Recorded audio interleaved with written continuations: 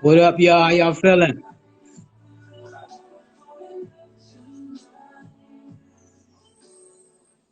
Yes, sir. Yes, sir. Yes, sir. My brother, how are you, man? Hey, man, I'm blessed, man. Thanks so much for the intro, too. Everybody out there, y'all gotta stay safe, be masked up. It's real out here, man. As well. Before we get into it, man. Um, thank you, thank you for joining me, man. I reached out a few times, but I got you. Thank you for joining the Floway show tonight. Everybody's excited for this conversation. Man, I've had a lot of guests on here, but you're definitely one of my favorite artists, man. 20 plus years in the game. Thanks, man. Giving people consistency, you giving people hits after hits, no matter what trials and tribulations you faced, and you faced a lot in the industry. We're gonna get into that, Indeed. a little bit of that, and you continue to deliver great music, and definitely, man, you're keeping R&B alive. So definitely one time for Avant, man. Thank you so much. Thanks. I appreciate it, man. I appreciate the love. Music is our life, though, man. You know what I'm saying? It's really what we are. And I have to hold a torch. I have to carry a torch. The grace have passed on to us. So, I feel like, we are obligated to do that and to do it well. So, I gotta carry it to pass it on to the next generation. You feel me? Facts, facts, facts. 20 plus years, 20 plus years in the game. Originally from Cleveland, Ohio. Hmm. Um, what age were you when you first discovered your gift? Wow, man. Oh, and I wanted not to brag, but probably about 6 or 7. You know what I'm saying? And it's so funny. I have an 8-year-old daughter now. She run around singing. I'm like, oh, she got something. You know what I mean? She don't know it, but she got something. You know what I mean? It's all about her, honing in on the talent, but it's there. It really is. Did you come from a family of musicians, or was that You know what? We had a family of singers for sure. A few musicians. My father used to play the organ and also the guitar. So a very strong family when it comes to music because I mean we love some everything. It's 6 of us. It was 6 of us, and I'm like the baby boy out of the group. You know what I mean? mm, It's 3 girls and 3 boys. We like the ghetto Brady bunch. You feel me? So the ghetto baby? so we had a lot of fun. You know what I mean? It's crazy now because when I come around the table, everybody they want me to sing. So I'm like, yo, wait a minute, y'all continue to do what y'all do. You know what I'm saying? I'm Mm. off right now. Y'all ain't paying me. I ain't trying to sing. You feel me? You have to book me to sing in this living room. That's right. You know what I mean? Give me a mic and a boom box and Right. It's a little different now. You got to book me, baby. oh man, did your family take you serious at first? I know sometimes well, when you're you that young, know, and did anybody like, yo? it's crazy because my uncle he passed away, but he used to tell me like, yo, you got a nice voice, and that's all I really need to hear. You know what I mean? Because I was a big fan of his. But yeah, taking me serious, it was more like, once you get out of high school, you got to go to work, bro. You got to do this, you got to do that, and it's like, yo, I see Path a for different myself. pathway for myself. You know what I mean? I'm like, yo, I want to try this. So of course they didn't take me serious, but I took myself serious, and that's what I want to tell everybody. Don't give up on your goal. Right now is the perfect time, especially with this quarantine and all this crazy stuff that's going on. Really find that niche that you've been holding off on for so many years, just messing with these jobs you're in right now. Find your niche and find who you are again. You know what I mean, and push for it on that. Right, right. Your debut album, My Thoughts, celebrates 20 years this year. Hmm. I want to go back to that for a second. What Well, you what taking me back 20 years. Wow. Okay. 20 years? We just want to touch on it. What was your creative process though? That first album is always is always when you look at the albums that followed, that first album is kind of you set the tone, and Yeah. Yeah. you set the tone, and you were always you were different. So that's why I want to touch on it. You was different than everything else people were hearing at that time. What was your creative Hmm. process for putting that album together? Well, it was crazy because back in that time, it was so many heavy hitters in R&B. You had R. Kelly, you had Babyface, you had Luther Vandross, you had Michael Jackson, you had D'Angelo, you had Maxwell. it was just so many artists in the industry, you know what I mean? And it was just banging them out. So, you know, me coming with Separated, it was like something different. Like, you know, no one came with a record talking about how much I love you, but I hate you at the same time.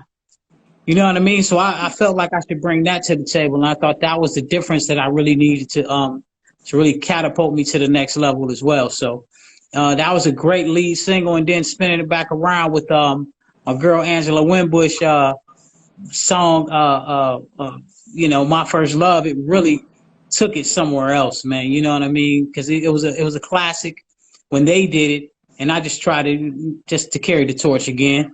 You know what I mean? I gave my version of it. Big homage out the gate. Separated, right? This Mm-hmm. is, I gotta ask you because it's one of my favorite records. The fellas, you got records that you know. I talked to Donald Jones a couple weeks ago, and it's not many of you that come from the era that you come from, where the fellas is in the car singing the lyrics too. You know what I mean? Mm-hmm. So that record, you know, it's helped me. I'm pretty sure it's probably helped other men as well. It was #1 out the gate. And women. Other men and women as well. And okay. Women. Yeah.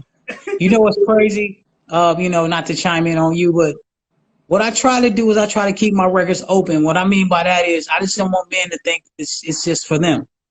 I want the women to understand I'm fighting for both sides. You see what I'm saying? When you listen to Separated, I say we both made mistakes.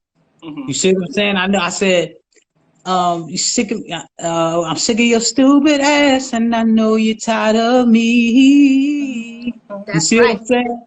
So I keep it 100, and that's what I try to do, you know, with my records, because a lot of times me as an artist, I write my way out of a lot of turmoil and a lot of stuff, but other people, they have no way to get out of their thing. So I try to be that voice and that feeling for them to get out of something stinky and messed up. You know what I mean? Mm-hmm. Definitely, man. Definitely. Timeless record today. The remix, Kelly Rowland.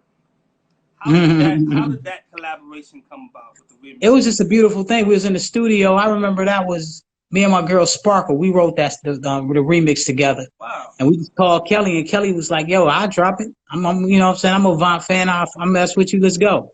So we had a good time. Me and my girl Sparkle in the studio, just going back and forth. You know, we just like, "Yo, let's compete right now. Let's say what a man is saying, what a woman would say." So we made that happen.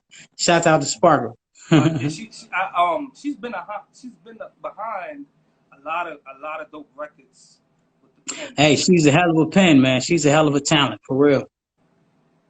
You know, I was watching some clips from your young son, right, and you had shared that whenever the label, because you were signed to, for those who don't know, you were signed to Magic, right? Magic, and he had a label deal with, was it MCA at the time? I know it. Yes, it was. It was MCA, and you know, Magic had opened up his new label, so it was a beautiful thing. You know what I mean? And shouts out to Magic for showing me how to just hustle. You know what I mean? And really use the talent for what it is, but also make money off the talent as well. So, yo, shouts out to Magic for that. And I was shout out to Magic Johnson, man, for sure. I remember seeing that when the label was holding back on your music.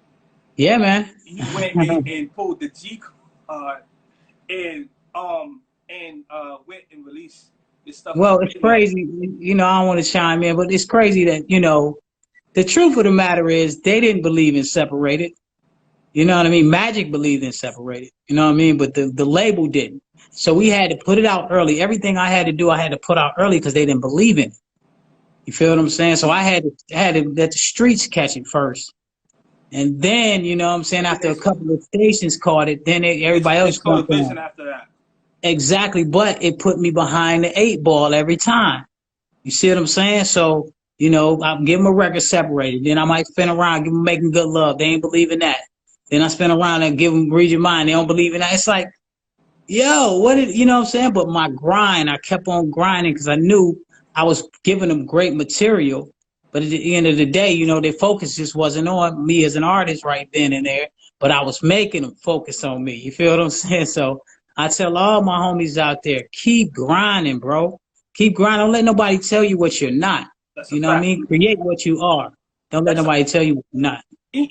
that's a fact, man. And you know, it seems like just from my few months of doing this, man, everyone I've talked to that musician wise, the labels never really never is always the ones that Yeah. become those hits for you that the labels never really believe in, or Well, you sometimes some gotta artists don't understand. believe in. It's always those records that you really had to fight for.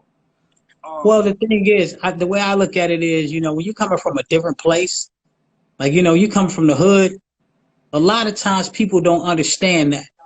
You mm, know what I mean? So, they caught up in their world of business, and their world of business is A and B, but you coming from C and D. You know what I mean? So it's like, yo, no, my people, they respect this, they love this. My people, then all of a sudden it catch on. It's like, oh my God, I never knew that record was that. But I mm, told you.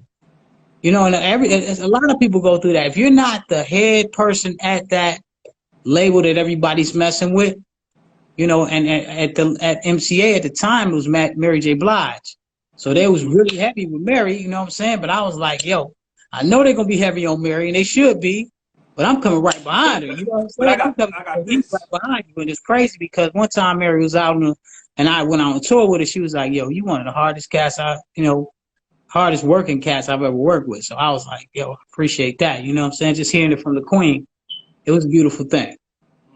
Do you think what you did, right, the approach you did, do you think that artists can do that today? Oh, most even better now. You got to think about it now. They're not pigeonholed to a company per se. You are your own company. This internet right now is amazing, bruh. You know what I mean? Mm-hmm. Because you can say, yo, I'm gonna put this out and I'm until it catch fire. It might be 5 years. It don't matter. Everybody gonna be able to listen to it, and guess what? The company can't stop me from playing it. You feel what I'm saying? So I Mm-hmm. want everybody to know, hey, get back to your dream. Get back to And your don't dream let and them feed stop it you. to the people. It's very important, man. You know, but the thing about it is, when